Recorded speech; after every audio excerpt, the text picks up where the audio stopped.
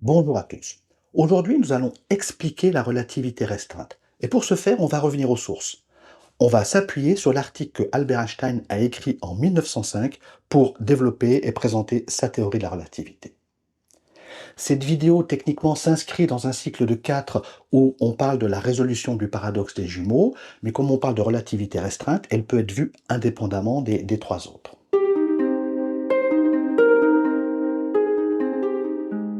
1905. Einstein publie l'article fondateur de la relativité restreinte. Alors pourquoi il publie cet article? C'est ce qu'il explique dans l'introduction de son papier. Le principe de relativité de Newton qu'on a vu, toutes les expériences donnent le même résultat, quel que soit le référentiel inertiel dans lequel je me place, ne s'applique pas au phénomène, je vais dire, électromagnétique. L'exemple qu'il donne dans son papier est celui d'une expérience dans laquelle un aimant est en mouvement par rapport à un fil conducteur. Il y a un courant qui apparaît dans le fil conducteur. Mais quand on veut expliquer pourquoi il y a un courant qui apparaît, on est obligé de faire appel à deux théories différentes selon que c'est l'aimant qui est immobile ou selon que c'est le fil conducteur qui est immobile. Donc lui, il dit, je propose une théorie dans laquelle il y a une seule explication sur l'apparition de ce courant et on n'a plus besoin de faire appel à un aimant qui est immobile dans l'absolu ou un fil conducteur qui est immobile dans l'absolu. Et la deuxième raison qu'il évoque, c'est celle de la constance de la vitesse de la lumière. Donc c'est pour unifier, pour généraliser, on va dire, le principe de relativité de Newton, que Einstein propose cette théorie qu'on appelle aujourd'hui la théorie de la relativité restreinte. Et c'est pour ça que son papier s'appelle « De l'électrodynamique des corps en mouvement » et pas « Ma théorie de la relativité restreinte ». J'ai dit qu'on allait suivre le plan de l'article, et comment est structuré cet article, après l'introduction que j'ai mentionnée tout à l'heure, le pourquoi, il y a deux grandes parties. Première partie, la cinématique, qu'on peut traduire par mon nouvel espace-temps, comment je transforme l'espace-temps de Newton, et une deuxième partie qui est l'électrodynamique, qu'on pourrait traduire par je montre comment les équations de Maxwell, comment les équations de l'électrodynamique sont unifiées et suivent le principe de relativité dans le nouvel espace-temps que je viens de créer. La nouvelle théorie d'Einstein parle de relativité du temps. Mais pour dire que le temps est relatif, il faut le définir. Et définir le temps, c'est pas simple. Si vous avez déjà essayé, vous savez que c'est quasiment impossible de définir le temps sans utiliser un mot qui lui-même fait référence au temps. On va parler d'écoulement, de changement, de succession, je ne sais quoi d'autre. C'est pas facile, voire impossible. Alors comment il fait Einstein? Einstein a une définition d'une simplicité déconcertante. Il dit le temps, c'est ce qu'indique ma montre. Alors, on pourrait dire, il se moque du monde, c'est quoi cette définition? Le temps, c'est ce qui fait bouger la montre, c'est pas la montre. Oui, mais quand on y pense bien, de quoi d'autre a besoin un scientifique? Il a besoin de mesurer le temps. Ce qui l'intéresse dans le temps, c'est de le mesurer. Combien de temps dure un phénomène? À quel moment se passe tel événement? Donc il a besoin de le mesurer, donc le temps, c'est ce que lui indique son instrument de mesure du temps, c'est ce que lui indique une horloge. Ça paraît simpliste, mais il faut bien garder ça en tête. Parce que désormais, lorsqu'on va parler de temps, on ne va pas faire référence à une notion intuitive que tout le monde comprend, comme avec Newton. Maintenant, on va parler du temps en disant « c'est ce qu'indique une horloge ». Et d'ailleurs, c'est l'exemple qu'il donne dans son papier. Il dit « lorsque je dis qu'un train arrive en gare à 7 heures, ça veut dire que je suis sur le quai de gare, le train s'immobilise, je regarde ma montre, l'aiguille est en face de 7, les deux événements sont simultanés. Le train s'arrête, l'aiguille est en face du 7. Il note bien que cette définition marche bien lorsqu'on est côte à côte, lorsqu'il est juste à côté du train. Et justement, ensuite, il se pose la question, si je parle d'un train dans une gare distante qui arrive aussi à une certaine heure, je veux voir à quelle heure il arrive, je vais regarder ma montre, mais là j'ai un problème, puisqu'il faut que je tienne compte du temps mis par la lumière de la gare distante. On suppose qu'elle est très très loin, que la lumière met du temps pour arriver jusqu'à Einstein. Donc il faut que je tienne compte de ce temps-là. Il est beaucoup plus simple de prendre une autre horloge, de même technologie, donc qui avance à la même vitesse que celle qu'il utilise. Je la mets dans une gare distante. Sur place, j'ai un assistant, que j'appelle un observateur, qui va faire la même observation que moi localement, et ensuite l'assistant va m'envoyer un SMS, un télégramme, je ne sais pas quoi, il va venir à pied, peu importe, donc il va me dire à quelle heure il est arrivé. Mais pour que ça marche, je dois d'abord synchroniser mes horloges. Pour synchroniser les horloges, Einstein utilise un rayon lumineux qui envoie un signal de synchronisation vers la gare distante. Cette dernière doit tenir compte du temps mis par ce signal pour lui arriver. Pour connaître ce temps, elle envoie d'abord son propre rayon lumineux vers la gare de référence. Là, un miroir lui renvoie aussitôt le rayon, et la garde distante mesure le temps mis par la lumière pour lui revenir. C'est le temps d'un aller-retour pour la lumière. C'est donc le double du temps mis par le signal de synchronisation pour lui parvenir. Si le signal met 10 secondes pour faire l'aller-retour, il ne met que 5 secondes pour l'aller. Lorsque la gare distante reçoit un signal de synchronisation qui lui dit qu'il est midi en gare centrale, elle sait qu'elle doit régler son horloge sur midi et 5 secondes. Une fois qu'on a une horloge synchronisée, rien n'empêche d'en synchroniser d'autres, et de manière générale, on peut placer tout un tas d'horloges immobiles dans l'espace qui toutes indiquent localement l'heure de référence, indiquent la même heure, elles avancent toutes de manière simultanée. Alors cette idée d'horloge disposée partout qui indique la même heure est très naturelle aujourd'hui, c'est ce qu'on vit, hein. On a tous une montre, un smartphone, un four qui indique l'heure et c'est tout à fait normal. Mais c'est pas le cas au 19e siècle et les siècles auparavant. Avant, l'heure, c'était l'heure du village. Le midi, c'était le midi solaire, ce qui veut dire qu'à Paris, c'était pas la même heure qu'à Strasbourg. Chacun avait son heure, l'heure du soleil. Et au 19e siècle, ça a été l'explosion des voies de chemin de fer, du train. Donc le train s'est répandu partout. Et un problème s'est posé aux compagnies de chemin de fer, c'était de faire des horaires de train. Et là, c'était rapidement un cauchemar. Si l'horaire de train devait exprimer les heures de départ, d'arrivée, la durée des changements, etc., en heure locale, c'était rapidement un cauchemar pour ceux qui faisaient les horaires. En plus, il n'y avait pas d'ordinateur à l'époque. Donc très rapidement, les compagnies ont dit, bon, on va donner l'heure de Paris. Hein, on va tout exprimer les horaires en heure de Paris. Et pour que les gens sachent à quelle heure les trains arrivaient et partaient, ils ont décidé d'afficher l'heure de Paris sur les gares. Et donc pendant des années, dans les villes de France, il y avait deux horaires, deux heures de référence, l'heure de la gare et l'heure la vraie, l'heure du soleil. Puis un jour, naturellement, il y a eu une loi en disant, allez, on arrête de rigoler, tout le monde sur la même heure, on prend l'heure de Paris à quelques pouillèmes près, l'heure de Greenwich. Mais il restait un problème quand même, c'est comment synchroniser les horloges entre elles. Le but des compagnies, et ensuite de l'État français, c'est de faire en sorte que l'heure de référence donnée par Paris, par une horloge d'une haute technologie, soit répartie dans toutes les horloges qui étaient dans les gares. C'est pas simple, hein. Pour Einstein, c'est simple, j'envoie un rayon lumineux. Dans la pratique, on peut pas faire comme ça. Il n'y avait pas les réseaux informatiques qu'on a aujourd'hui. C'était beaucoup plus compliqué. Donc, resynchroniser une horloge, il fallait des techniques et des procédures pour le faire. Qui dit technique et procédure, dit brevet, dit invention, dit moi j'ai trouvé un super système pour synchroniser les horloges. J'avoue que je ne les connais pas. Mais il y a eu des brevets qui ont été déposés pour comment synchroniser deux horloges à distance. Et Einstein, il travaillait à l'Office des brevets, à Berne. Donc on imagine qu'il a vu des brevets passer qui expliquaient comment synchroniser d'une nouvelle manière, extrêmement moderne, extrêmement rapide, extrêmement précise, deux horloges à distance. Et ces brevets devaient réfléchir sur la simultanéité, les envois, les allers-retours, etc. Ce qui a certainement inspiré au moins les images qu'utilise Einstein dans son article fondateur. Donc on va dire que c'est le premier postulat d'Einstein.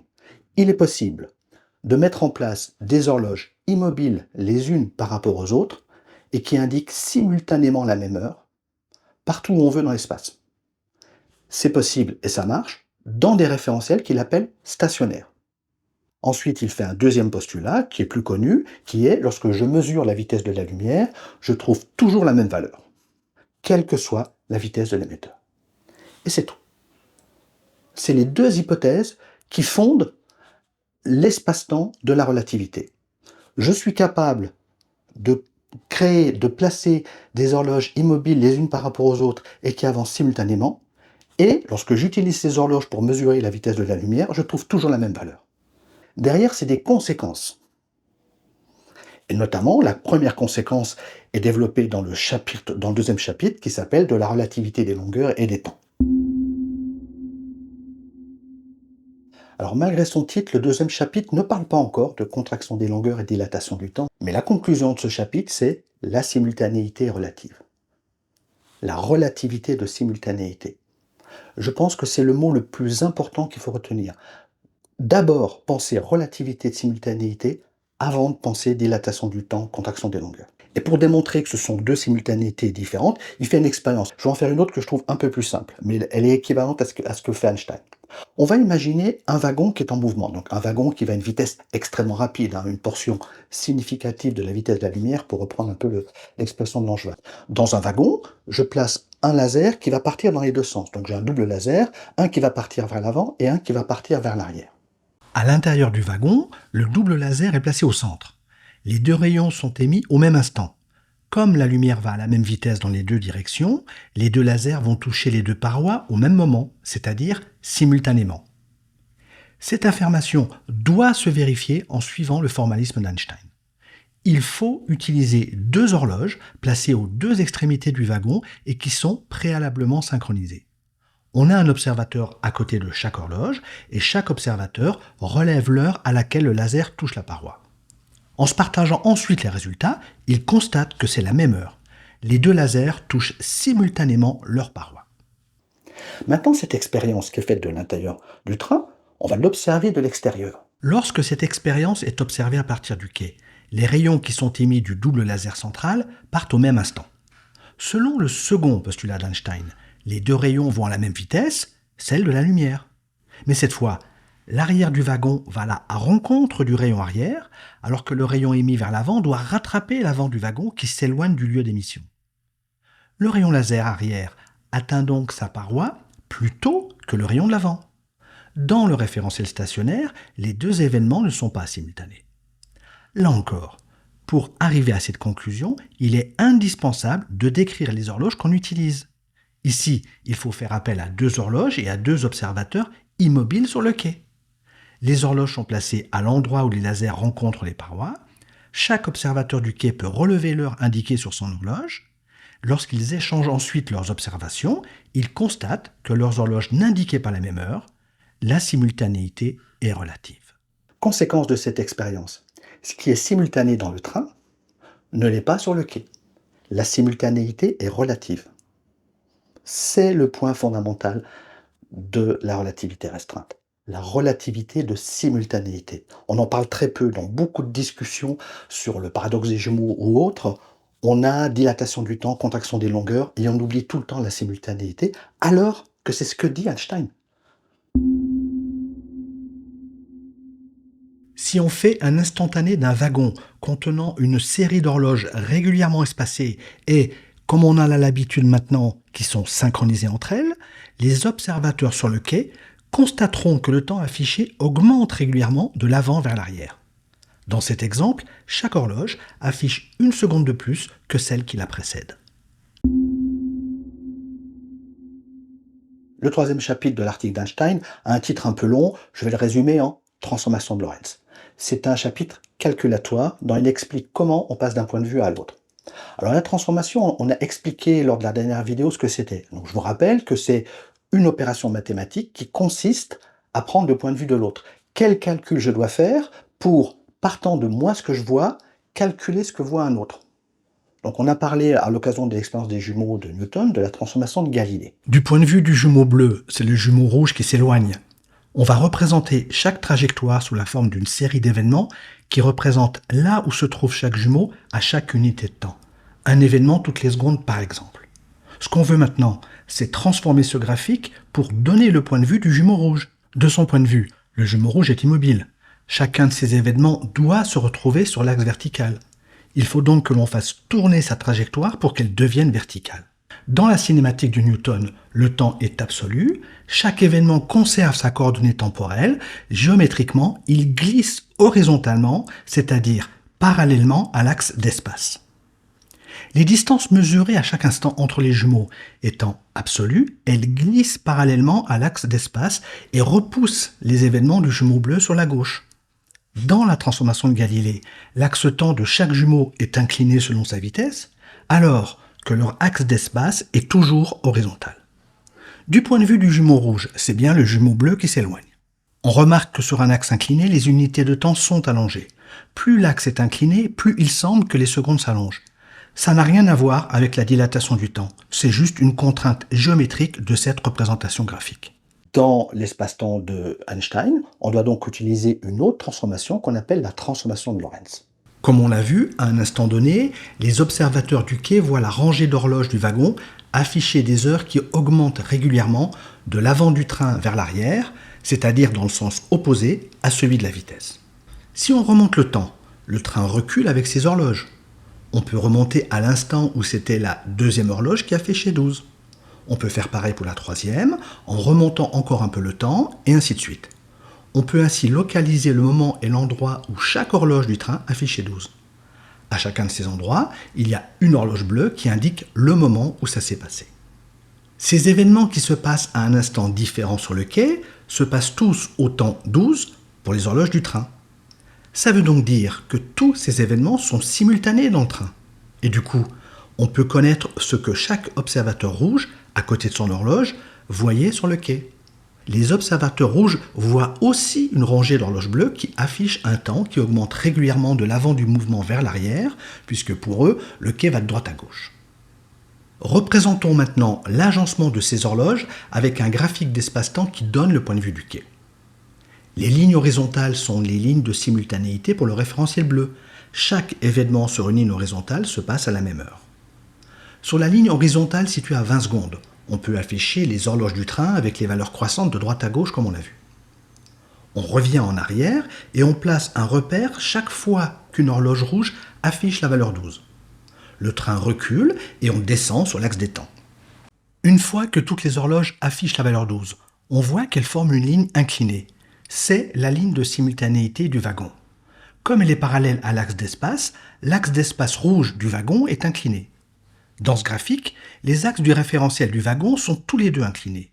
L'axe temps, bien sûr, avec sa vitesse vers la droite, mais l'axe d'espace également, parallèlement à la ligne de simultanéité qu'on vient de tracer. Pour prendre le point de vue du train, il faut redresser l'axe des temps comme avec la transformation de Galilée, mais il faut aussi redresser l'axe d'espace pour le rendre horizontal. Avec la transformation de Galilée, quand on redressait l'axe des temps, on faisait glisser les événements sur des lignes horizontales. Maintenant, avec la transformation de Lorentz, ce qu'il faut faire, c'est faire glisser les événements sur des courbes incurvées qui sont des hyperboles. On appelle cette rotation une rotation hyperbolique. Avec le changement de vitesse, les axes pivotent comme une paire de ciseaux. Ici aussi, les unités semblent s'allonger avec l'inclinaison, mais ici aussi, ça n'a rien à voir avec la dilatation du temps ni avec la contraction des longueurs. La situation est symétrique. Lorsqu'on prend le point de vue bleu, les axes rouges s'inclinent. Prendre le point de vue du wagon, c'est redresser les axes rouges. Cette opération incline les axes bleus. Une transformation de Galilée change où les événements se produisent, sans changer quand ils se produisent. La transformation de Lorentz change où et quand les événements se produisent. Les transformations de Galilée et de Lorentz semblent complètement différentes, mais est-ce bien le cas? En effet, les échelles ne sont pas vraiment les mêmes. Pour la transformation de Lorentz, si l'axe des temps est gradué par exemple en secondes, l'axe d'espace est gradué en secondes-lumière, c'est-à-dire qu'une unité d'espace fait 300 000 km. C'est énorme. Aux vitesses et aux distances habituelles, on va plutôt utiliser une échelle graduée en mètres ou en kilomètres. Avec cette échelle plus humaine, la vitesse de la lumière n'est plus une droite diagonale, mais une droite pratiquement horizontale. Les hyperboles s'étirent horizontalement jusqu'à devenir pratiquement horizontales à proximité de l'axe des temps. Et la transformation de Lorentz se comporte quasiment comme la transformation de Galilée, une rotation avec glissement des événements sur des lignes horizontales. La transformation de Galilée est une approximation de la transformation de Lorentz aux petites vitesses. Donc on vient de représenter la transformation de Lorentz de manière graphique, comme une rotation hyperbolique. Einstein, lui, fait des calculs, mais ça revient exactement au même. Il n'y a pas de changement physique, il n'y a pas de contraction, de dilatation, de modification physique. Il y a juste un changement de point de vue. Telle horloge, tel endroit, telle horloge, tel endroit. 4e chapitre. On va enfin parler de contraction des longueurs et de dilatation du temps.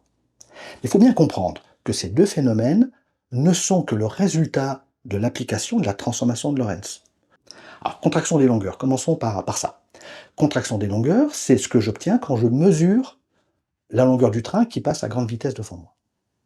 Alors, comme vous avez bien suivi la première partie, le premier chapitre, vous savez que pour prendre une longueur, il faut prendre une longueur que j'avais appelée simultanée, c'est-à-dire prendre simultanément la position des deux extrémités.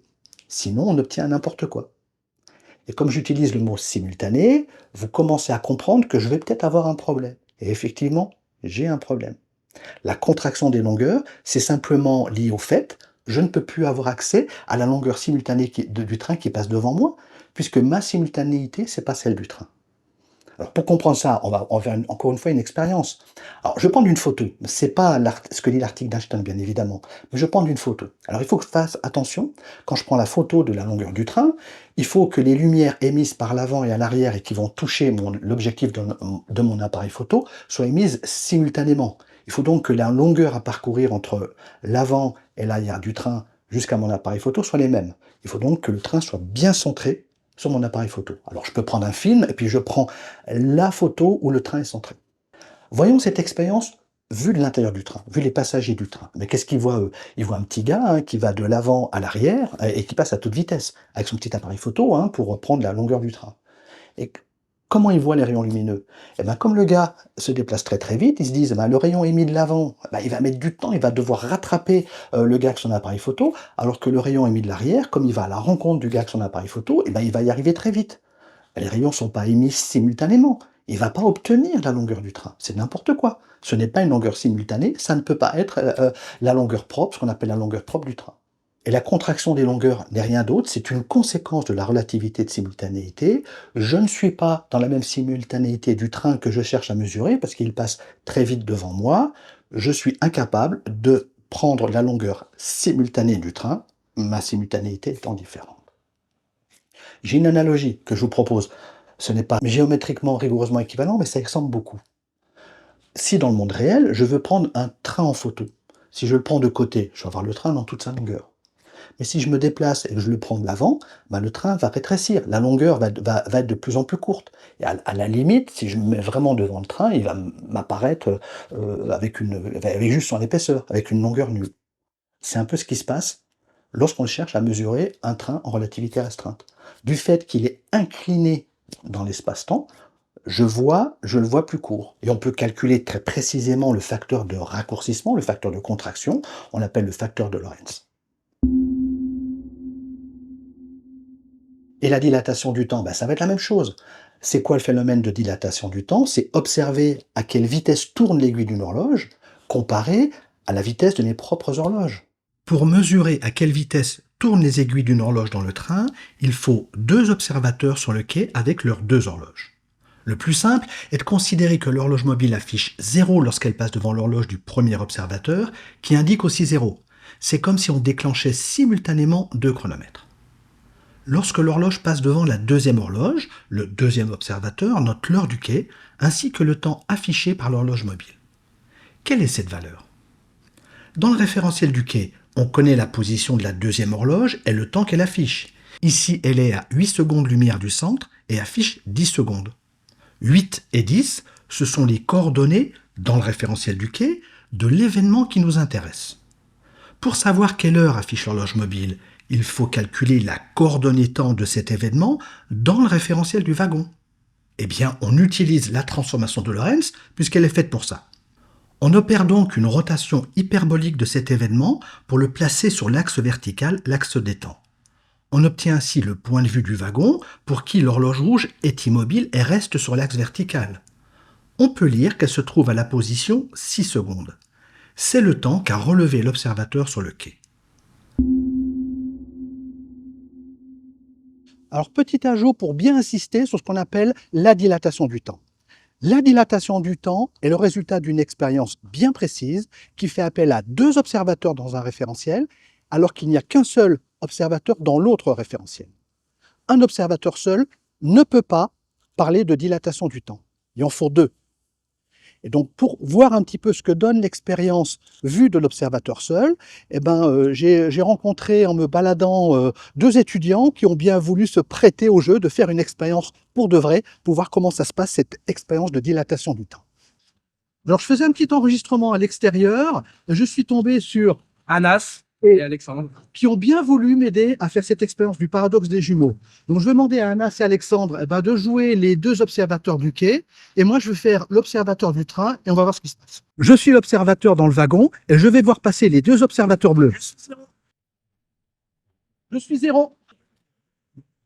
Et bientôt le deuxième observateur. 10. Je suis 6. Merci Anas, merci Alexandre Merci pour cette aide. beaucoup à vous J'espère aussi. que ça vous aide à comprendre. Merci. Alors merci à eux encore, c'est très sympa, j'espère que vous aurez apprécié. Donc vous l'aurez compris, pour l'observateur dans le train, il s'écoule 6 secondes entre les deux observations, alors qu'il y a 10 secondes entre les deux horloges qu'il observe. 6 secondes pour lui, 10 secondes pour l'autre, c'est l'inverse de la dilatation du temps. Il n'est pas capable d'observer la dilatation du temps dans l'autre référentiel en étant tout seul. Bon, retour dans le référentiel du canapé. Donc retenez bien, contraction des longueurs, dilatation du temps ne sont pas des phénomènes physiques. C'est le résultat d'une mesure. Le dernier chapitre est consacré à l'addition des vitesses. Il faut juste retenir que les vitesses ne s'additionnent plus comme on le fait chez Newton. Donc notamment lorsqu'un jumeau part à la moitié de la vitesse de la lumière dans un sens et à la moitié de la vitesse dans l'autre sens, l'un par rapport à l'autre, quand on fait les calculs, qu'on applique la formule expliquée par Einstein dans son article, on trouve 80% de la vitesse de la lumière. Einstein définit les référentiels stationnaires comme étant des référentiels dans lesquels les horloges immobiles restent synchronisées et avancent simultanément, et dans lesquels la mesure de la vitesse de la lumière donne toujours le même résultat. Et les référentiels qui ne respectent pas ces critères sont des référentiels accélérés. Il y a donc une définition absolue du caractère accéléré d'un référentiel. Donc, est-ce que Einstein résout le problème qu'on avait la dernière fois avec l'espérance de la pomme? Souvenez-vous, on avait fait tomber une pomme et on s'était dit que Newton est incapable de trancher entre deux explications. La pomme est tirée vers le bas par une force, ou c'est le canapé, c'est le référentiel qu'on utilise pour décrire la trajectoire de la pomme qui accélère vers le haut. Est-ce que Einstein, lui, il y arrive? Eh bien oui, puisqu'il définit un référentiel stationnaire, inertiel, uniquement avec des notions d'espace et de temps. Et l'expérience de la constante de la vitesse de la lumière. Donc on va utiliser cette expérience-là pour savoir si notre référentiel est bon pour faire de la physique, si on peut appliquer le principe fondamental de la dynamique. Donc on va prendre un sabre laser, je le mets horizontalement, si mon référentiel est accéléré, je devrais constater une courbure sur mon sabre laser. Alors rassurez-vous, en réalité la courbure est tellement faible qu'elle est quasiment non mesurable dans une pièce comme celle-là, et donc vous pouvez continuer à regarder Star Wars. Et si vous n'aimez pas cette expérience parce que c'est une expérience physique, on peut en imaginer une autre. Par exemple, on met deux horloges situées à des altitudes différentes. Les deux horloges appliquent le protocole de synchronisation qui a été décrit par Einstein. Elles s'assurent qu'elles restent à distance constante l'une de l'autre et elles verront qu'elles n'arrivent pas à rester synchronisées. Donc le canapé monte vers le haut. Donc la pomme ne subit pas de force, c'est juste qu'elle suit un mouvement inertiel dans un référentiel accéléré. Einstein vient donc de créer un espace-temps, une cinématique, dans lequel l'accélération est absolue. Et cet espace-temps correspond mieux à notre expérience physique. On ne ressent pas les vitesses. Effectivement, la vitesse est relative. On ressent les accélérations. Effectivement, l'accélération est absolue. Dans le paradoxe des jumeaux, l'histoire initiale de Langevin est non ambiguë sur qui accélère. C'est bien évidemment le gars dans son boulet, le voyageur qui est éjecté à grande vitesse par le canon. Il va ressentir l'accélération, il va pas survivre, mais bon, c'est bien lui qui va la ressentir. Les opposants à la théorie de la relativité, ceux qui expliquent qu'elle est incohérente, disent « Eh bien oui, mais pour le jumeau voyageur, c'est la Terre qui accélère dans l'autre sens, accélère pour faire demi-tour et revient vers le boulet. La situation est symétrique et ça devrait être la Terre la plus jeune. » Mais non. L'argument utilisé repose sur le caractère relatif de l'accélération. C'est-à-dire que c'est un argument qui était valable du temps de Newton. Mais justement, Einstein donne un caractère absolu. Donc non, cet argument n'est pas opposable. Vous faites une hypothèse qui est fausse. Vous supposez que l'accélération relative, ce n'est plus vrai. Ce n'est plus vrai maintenant. C'était vrai du temps de Newton, mais ce n'est plus vrai. Le paradoxe est résolu. Oui, mais alors, la question qui se pose, qu'est-ce qui se passe pour le jumeau voyageur? On sent bien qu'au départ, bah oui, c'est vrai que la Terre va s'éloigner. Et puis quand le voyageur va revenir sur la Terre, bah oui, la Terre s'est rapprochée. On va voir ce qui se passe pour le jumeau voyageur dans son référentiel. Quelle est la trajectoire de la Terre? On verra ça lors de la prochaine vidéo. Ce n'est pas la résolution du paradoxe, c'est juste formaliser la trajectoire de la Terre dans un référentiel accéléré. On aura l'occasion de répondre également à cette question. Est-ce que la différence d'âge est due à l'accélération? La réponse n'est pas si facile. En attendant, je vous dis à bientôt. Alors, quelques commentaires. Tout d'abord, le temps. Le temps, c'est ce qu'indique une horloge. Vous disposez de toutes les horloges que vous voulez, mais lorsque vous parlez de temps et de durée, vous devez être capable d'exprimer ça en termes de c'est telle horloge qui indique tel temps. Et voici comment je calcule la durée, je prends telle horloge et je retranche le temps affiché par telle autre horloge. Donc un exemple notamment avec le paradoxe des jumeaux, lorsque Langevin explique son histoire, il dit le demi-tour a lieu au bout de 100 ans. Question, 100 ans sur quelle horloge? Alors Langevin est très clair, c'est l'heure de la Terre. On le comprend parce que c'est ce qu'il explique, voilà, donc il n'y a pas d'ambiguïté. Mais c'est bien l'horloge de la Terre et pas l'horloge du jumeau. Notez bien que chez Newton, il n'y a pas de problème. Au bout de 100 ans, c'est 100 ans. Einstein parle de référentiel stationnaire, pas de référentiel inertiel. Alors c'est pas tout à fait vrai, parce que lorsqu'il introduit ces référentiels stationnaires au premier chapitre, il parle de référentiel inertiel. Donc on pourrait dire, ben, il n'invente rien, il s'appuie sur la définition de référentiel inertiel, donc sur une expérience physique, il fait que rajouter de la complexité à Newton sans résoudre le problème qu'avait Newton de définir une accélération qui soit absolue. Mais en fait, il n'utilise pas cette notion d'inertie. Je pense que s'il écrit c'est un référentiel inertiel, c'est pour fixer les idées. Mais il n'utilise pas du tout d'expérience physique pour définir ces référentiels stationnaires. Du coup, on est obligé de se poser la question, est-ce que c'est la même chose? Est-ce qu'un référentiel stationnaire, c'est la même chose qu'un référentiel inertiel? Alors, qu'un référentiel inertiel soit stationnaire, je crois que c'est évident, parce que comme je l'ai expliqué, un référentiel stationnaire formalise l'espace-temps intuitif de Newton dans lequel il y a des horloges qui indiquent simultanément la même heure. On peut imaginer une expérience, hein. J'envoie un mobile à vitesse constante et on a des horloges qui sont espacées régulièrement. Donc chaque fois que je passe devant une horloge, il y a un observateur qui relève à quel temps passe l'objet. Donc départ, 1 seconde, 2 secondes, 3 secondes, c'est très régulier. Les horloges sont espacées régulièrement, je suis bien à vitesse constante. Et aussi, si on imagine qu'une horloge va trop vite, hein, pour des raisons X, Y, Z, je n'aurai plus un mouvement à vitesse constante. Si par exemple l'horloge, quand j'arrive à 3, elle indique 6, donc je vais avoir 0, 1, 2, 6, d'un seul coup il s'est mis à aller très très lentement, au lieu de mettre 1 seconde pour aller à la troisième horloge, et il en a mis 2 de plus, donc il a ralenti. Le mouvement n'est pas inertiel. Donc des horloges simultanées synchronisées sont indispensables dans un référentiel inertiel. Réciproquement, est-ce qu'un référentiel accéléré peut être stationnaire? C'est-à-dire, est-ce que dans un référentiel accéléré, on peut avoir des horloges régulièrement espacées qui indiquent la même heure, en permanence? Alors, on va faire une autre expérience. On va faire le deuxième postulat, utiliser le postulat de la constance de la vitesse de la lumière. Donc, on va imaginer deux référentiels qui sont immobiles au départ, et un peu plus loin, il y a un laser qui envoie un rayon lumineux verticalement. Donc, il envoie à la vitesse de la lumière. Et avant qu'il arrive au sommet, il y a un des deux référentiels qui va se mettre à accélérer. Donc pour lui, le point va avancer de plus en plus vers lui, et donc il va avoir une trajectoire courbée. Le deuxième postulat n'est pas respecté, la lumière n'avance pas à une vitesse constante en ligne droite, il n'est pas dans un référentiel stationnaire. Donc en réfléchissant un tout petit peu, on voit que référentiel stationnaire et référentiel inertiel, c'est la même chose. Alors, autre commentaire, j'ai dit que les référentiels stationnaires étaient définis uniquement avec des notions d'espace et de temps, sans faire appel à une expérience physique. Alors, c'est pas tout à fait vrai, puisqu'il utilise une expérience physique bien particulière, qui est la mesure de la vitesse de la lumière. Mais en fait, on peut s'en passer.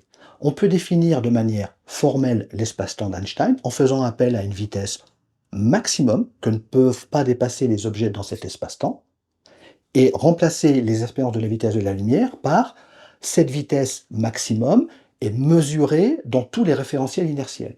C'est la même dans tous les référentiels inertiels. Donc c'est une définition purement géométrique, et ensuite, quand on utilise l'espace-temps, on découvre, on constate que la lumière avance à cette vitesse maximum. Donc une définition intrinsèque, contrairement à Newton qui, pour définir la notion d'inertiel, a besoin d'éléments extrinsèques d'une expérience physique pour qualifier un référentiel cinématique.